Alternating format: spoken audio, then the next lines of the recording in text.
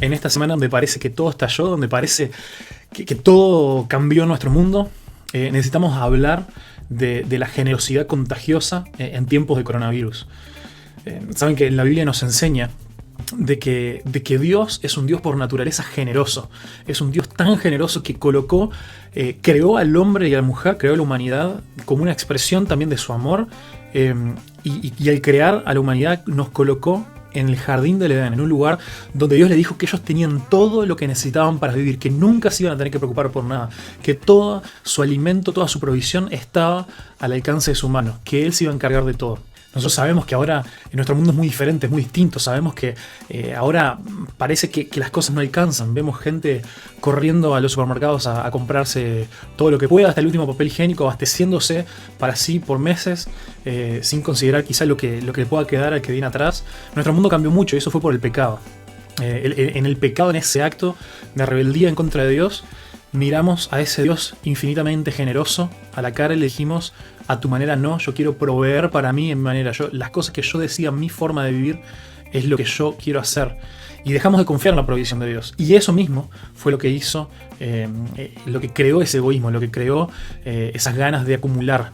Porque cuando nosotros no confiamos en Dios, quedamos librados a lo que nosotros podemos hacer por nosotros mismos. Y obviamente que en eso hay inseguridad. Obviamente que en eso las cosas no alcanzan. Obviamente que necesitamos abastecernos lo más que podamos porque no sabemos qué es lo que puede haber mañana. No hay fe en un Dios que cuida cada día de nosotros. No nos olvidemos que Jesús también vivió y creció en un mundo así. Jesús no tenía el coronavirus, pero nació y creció durante una ocupación romana. Jesús nació y creció en un mundo donde los romanos ponían unos impuestos que llevaban a la quiebra a mucha gente. Gente que tenía que vender sus tierras o incluso venderse a sí mismos como esclavos porque no podían soportar la carga de impuestos del Imperio Romano. Personas que sufrían, que si algún soldado o algún jerarca romano se le ocurría, definitivamente podía poner en cuarentena a toda una ciudad. Jesús no estaba ajeno a este tipo de cosas. Jesús sabía que la gente que lo rodeaba realmente tenía esa sensación de inseguridad, de inestabilidad como la que vivimos hoy en día. Entonces es tremendamente ridículo, o parecería ridículo para el que lo escuchaba Jesús cuando él dijo en Mateo 6: no se preocupen por la comida, por la bebida, por lo que han de ponerse para vestirse. Dice, porque Dios tiene cuidado de ustedes. Cuando Él dice, no se preocupen por el mañana, también ahí al final de ese pasaje, cada día tiene su propia preocupación. Preocúpense solamente por hoy, no se preocupen por mañana. Confíen en Dios. Y dice ese versículo tan conocido que dice, busquen primeramente el reino de Dios y su justicia y todas las demás cosas vendrán junto con esto. Hoy en día nos puede parecer medio loco, como que si yo busco el reino de Dios no me va a faltar nada. Pero hay dos cosas que muchas veces no miramos, ¿no? Muchas cosas en las cuales no nos fijamos. Primero, ¿cuáles son esas cosas?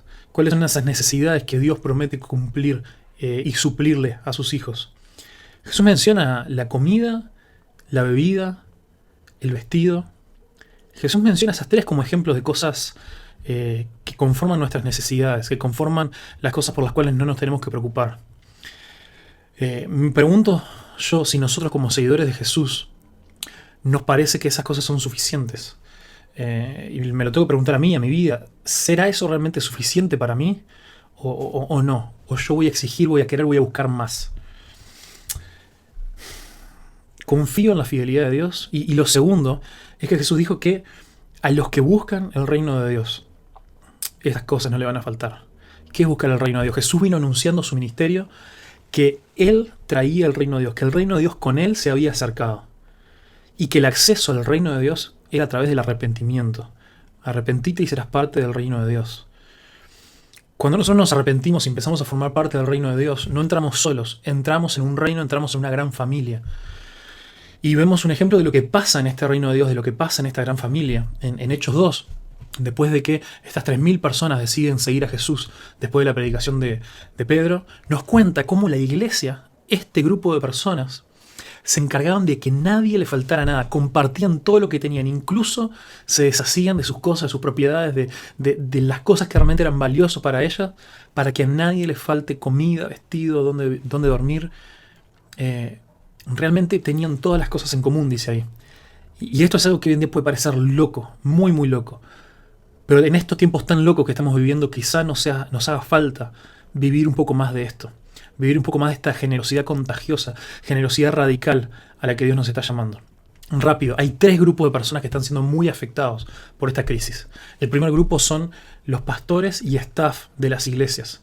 Se han cancelado las reuniones de iglesias presentes en prácticamente todo el mundo. No se sabe por cuántas semanas las iglesias no se van a poder reunir en un lugar físico.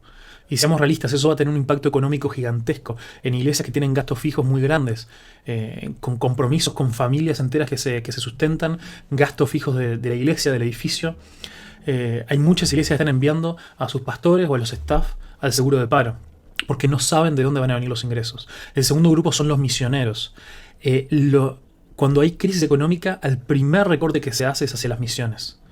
Muchos misioneros están dependiendo de milagros diarios para poder subsistir y muchos de ellos tristemente van a tener que volver a sus países por falta de recursos.